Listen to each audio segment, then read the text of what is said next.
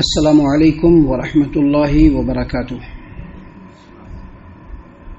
اعوذ باللہ من الشیطان الرجیم، بسم اللہ الرحمن الرحیم۔ وضرب اللہ مثل الرجلین احدهما ابکم لا يقدر على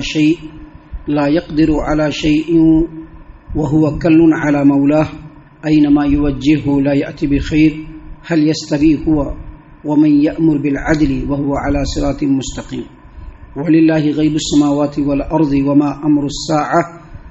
أَمْرُ السَّاعَةِ إِلَّا كَلَمْحِ الْبَصَرِ أَوْ هُوَ أَقْرَبُ إِنَّ اللَّهَ عَلَى كُلِّ شَيْءٍ قَدِيرٌ۔ اور اللہ تبارک و تعالیٰ نے ایک اور مثال بیان کیا۔ دو آدمی ہیں جن میں سے ایک گونگا بہرا ہے، کسی بات کی قدرت نہیں رکھتا، وہ اپنے مالک پر بوجھ بنا ہوا ہے، مالک اسے جہاں بھیجتا ہے وہ بھلائی اور خیر لے کر بالکل نہیں آتا۔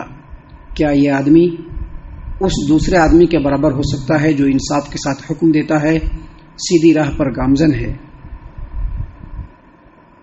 آسمانوں اور زمین کے غیب کا علم اللہ تبارک و تعالیٰ کو ہی ہے، اور قیامت کا سلسلہ یوں ہوگا جیسے آنکھ کی جھپک یا اس سے بھی جلد واقع ہو جائے گی۔ یقیناً اللہ تبارک و تعالیٰ ہر چیز پر قادر ہے۔ محترم سامعین کرام، سورۃ النحل سورہ نمبر 16 اور اسی سورت سے بھی آپ کے سامنے آیت نمبر 76-77 یعنی 70 پر 6 اور 70 پر 7 یہ دو آیات آپ کے سامنے تلاوت کی گئیں۔ دونوں آیتوں کا ترجمہ بھی آپ کی خدمت میں پیش کیا گیا۔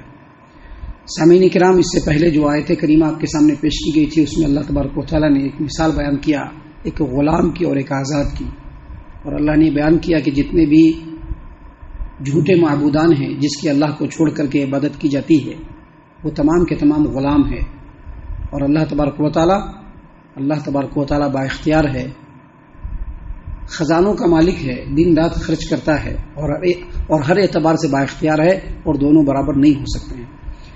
یہ جو مثال ہے جو ابھی بیان کی گئی ہے یہ اس سے بھی واضح مثال ہے۔ دیکھیے اللہ تبارک و تعالیٰ نے اس مثال میں ایک گونگے اور بہرے آدمی کی مثال دی ہے، اور اس کے مقابلے میں ایک ایسے آدمی کی مثال دی ہے جو حق اور عدل کی بات کرتا ہو اور صراط مستقیم پر گامزن ہو۔ حافظ ابو جعفر ابن جریر طبری رحمۃ اللہ علیہ نے تفسیر الطبری میں اس مثال کے بارے میں بیان کیا ہے کہ یہ مثال بتوں کی اور حق تعالی کی ہے، کہ جو بت ہوتے ہیں وہ سن نہیں سکتے ہیں، بول نہیں سکتے ہیں، کہیں جا نہیں سکتے ہیں، کوئی خیر دے نہیں سکتے ہیں، اگر اس کو کہیں لے بھی جایا جائے تو خیر لے کر کے نہیں آئے گا۔ اللہ نے کیا فرمایا؟ ضرب اللہ مثل الرجلین، اور اللہ تبارک و تعالیٰ نے دو آدمی کی مثال بیان کی۔ احدہما ابکم، اس میں سے ایک آدمی کیا ہے؟ گونگا بہرا ہے۔ لا یقدر علی شیء، کسی بات کی قدرت نہیں رکھتا ہے۔ بت جو ہوتے ہیں جس کی پوجا کی جاتی ہے، مٹی اور پتھر کے بت، وہ کسی چیز کا کوئی اختیار نہیں رکھتے ہیں، گونگے ہوتے ہیں، بہرے ہوتے ہیں، نہ بول سکتے ہیں، نہ سن سکتے ہیں، نہ حکم دے سکتے ہیں۔ قرآن کریم میں اللہ تبارک و تعالیٰ نے مثال بیان کی ہے کہ ان بتوں کے اوپر اگر مکھی بھی جا کر کے بیٹھ جائے، ان کے سامنے جو چڑھایا ہوا ہوتا ہے اس پر جا کر کے مکھی اگر بیٹھے اور اس میں سے کچھ لے کر کے بھاگنے لگے، اس کو بھی بھگانے کی یا اس سے بھی کچھ چھیننے کی کا اختیار یہ بت نہیں رکھتے ہیں۔ اللہ نے اسی بات کی مثال بیان کی کہ گونگا ہے، بہرا ہے، کسی بات کی قدرت نہیں رکھتا، اپنے مالک پر بوجھ بنا ہوا ہے، مالک اسے جہاں بھی بھیجے کچھ لے کر کے نہیں آتا۔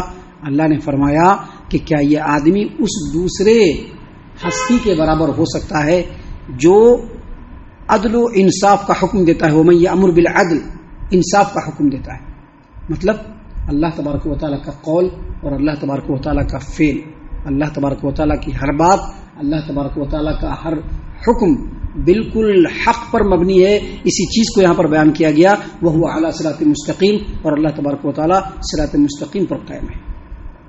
گویا یہاں پر اللہ تبارک و تعالیٰ نے کافر اور مومن کی بھی مثال بیان کی، اللہ تبارک و تعالیٰ نے یہاں پر بت اور حق تعالیٰ کی بھی بیان کی کہ اللہ تبارک و تعالیٰ کے مقابلے میں ان بتوں کی جو پوجا کی جا رہی ہے اس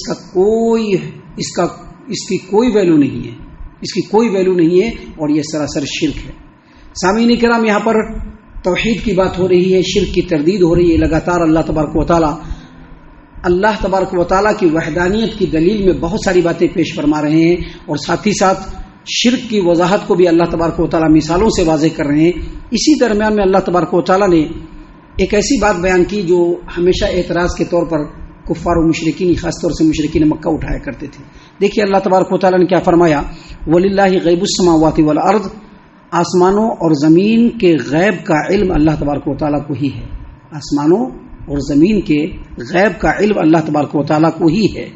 اللہ نے مزید فرمایا وَمَا أَمْرُ السَّاعَةِ، قیامت کا جو سلسلہ ہوگا وہ صرف اتنا ہی ہوگا کہ إِلَّا كَلَمْحِ الْبَصَرِ، قیامت کا جو سلسلہ ہوگا جیسے آنکھ کی جھپک یا اس سے بھی جلد، او هو اقرب، قیامت کا جو سلسلہ قائم ہوگا بالکل ایسے قائم ہوگا جیسے پلک جھپکے یا اس سے بھی پہلے. اور اللہ نے فرمایا ان اللہ علی کل شیء قدیر، بے شک اللہ تبارک و تعالی ہر چیز پر قادر ہے. یہاں پر اصل میں مشرکین مکہ کا ایک اعتراض کا جواب ان کے سوال کا ذکر کیے بغیر ہو رہا ہے. مشرکین مکہ ہمیشہ نبی صلی اللہ علیہ وسلم سے یہ سوال کیا کرتے تھے کہ نبی صلی اللہ علیہ وسلم یا مسلمانوں سے بھی سوال کیا کرتے تھے کہ تم جو قیامت کی بات کر رہے ہو یہ کب آئے گی، کس مہینے میں آئے گی، کس دن واقع ہوگی، اس کا وقت کون سا ہے، ذرا بتاؤ. یہاں پر اور قرآن کریم میں دوسرے مقام پر بھی اس کا جواب دیا گیا ہے، مختلف پہلوؤں سے دیا گیا ہے. نبی صلی اللہ علیہ وسلم نے بھی اس کا جواب مختلف پہلوؤں سے دیا ہے.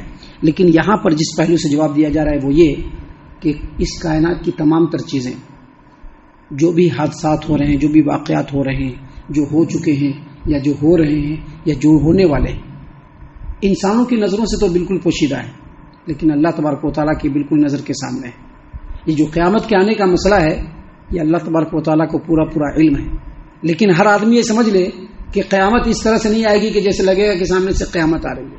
ایسا نہیں ہوگا کہ لگے کہ ہاں قیامت سامنے سے اب آ رہا ہے، اب جو ہے ذرا توبہ کر لیں گے، ذرا ٹھیک ٹھاک ہو جائیں گے. ایسا نہیں ہے، بلکہ قیامت بالکل اچانک پلک جیسے جھپکتا ہے انسان کا یا اس سے بھی جلدی قیامت آ جائے گی. بالکل آدمی سوچ بھی نہیں پائے گا اور قیامت آ جائے گی. اس سلسلے میں صحیح البخاری کتاب الرقاق کی روایت اس سے پہلے بھی آیتوں کی تفسیر میں آپ کے سامنے پیش کیا گیا کہ نبی صلی اللہ علیہ وسلم نے فرمایا کہ دو آدمی بیٹھے ہوں گے، کاروبار کر رہے ہوں گے، کپڑے کو بچھائے ہوں گے، سودے کی بات ہو رہی ہوگی، اتنے میں ہوگا اتنے میں ہوگا. ابھی وہ اپنے کپڑے کو سمیٹ بھی نہیں پائیں گے اور قیامت قائم ہو جائے گی. ایک آدمی اپنے اونٹنی کا دودھ لے جا رہا ہوگا کہ جا کر کے بیٹھ کر کے پیئیں گے، ابھی وہ پی بھی نہیں پائے گا کہ قیامت قائم ہو جائے گی. نبی صلی اللہ علیہ وسلم نے فرمایا کہ ایک آدمی اپنا حوض لے پوت رہا ہوگا، ٹوٹی ہوتا ہے نا جس میں پانی کو اسٹاک کرتے ہیں، حوض کو لے پوت رہا ہوگا، ابھی اس میں سے وہ پانی پی بھی نہیں پائے گا، یوز بھی نہیں کر پائے گا کہ قیامت قائم ہو جائے گی. نبی صلی اللہ علیہ وسلم نے یہ بھی فرمایا کہ ایک آدمی کھانا لے کر کے بیٹھا ہوگا، نوالا اس کے ہاتھ میں ہوگا، ابھی وہ نوالا اس کے منہ تک بھی نہیں پہنچ پائے گا کہ قیامت قائم ہو جائے گی. اللہ نے فرمایا وما امر الساعة الا كلمح البصر او هو اقرب. قیامت کا معاملہ تو یہ ہے کہ جیسے پلک جھپکے قیامت آ جائے گی یا اس سے بھی جلدی آ جائے گی. اور ان اللہ علی کل شیء قدیر، اللہ تبارک و تعالی ہر چیز کے اوپر قادر ہے. ہم اللہ سے دعا کرتے ہیں کہ اللہ تعالی ہم تمام کو ان تمام باتوں کے اوپر خوب غور و فکر اور تدبر کرنے کے ساتھ ساتھ ان باتوں کے اوپر عمل کرنے کی بھی توفیق عطا فرمائے، آمین. اللہ تعالی ہم تمام کو صحیح معنوں میں پکا سچا مومن مسلمان بنائے، اللہ اور اس کے رسول صلی اللہ علیہ وسلم کی اطاعت و فرما برداری کرنے والا بنائے، صحابہ کرام رضی اللہ عنہم کے طریقے پر چلنے والا بنائے، جنت الفردوس میں جگہ عطا فرمائے. اے اللہ ہم تمام کو جہنم سے پناہ دے، اے رب العالمین ہم تمام کو جہنم سے پناہ دے، اے مالک الملک ہم تمام کو جہنم سے پناہ دے، آمین یا رب العالمین. وما علینا الا البلاغ المبین. تبارك الذي نزل الفرقان على عبده ليكون للعالمين نذيرا.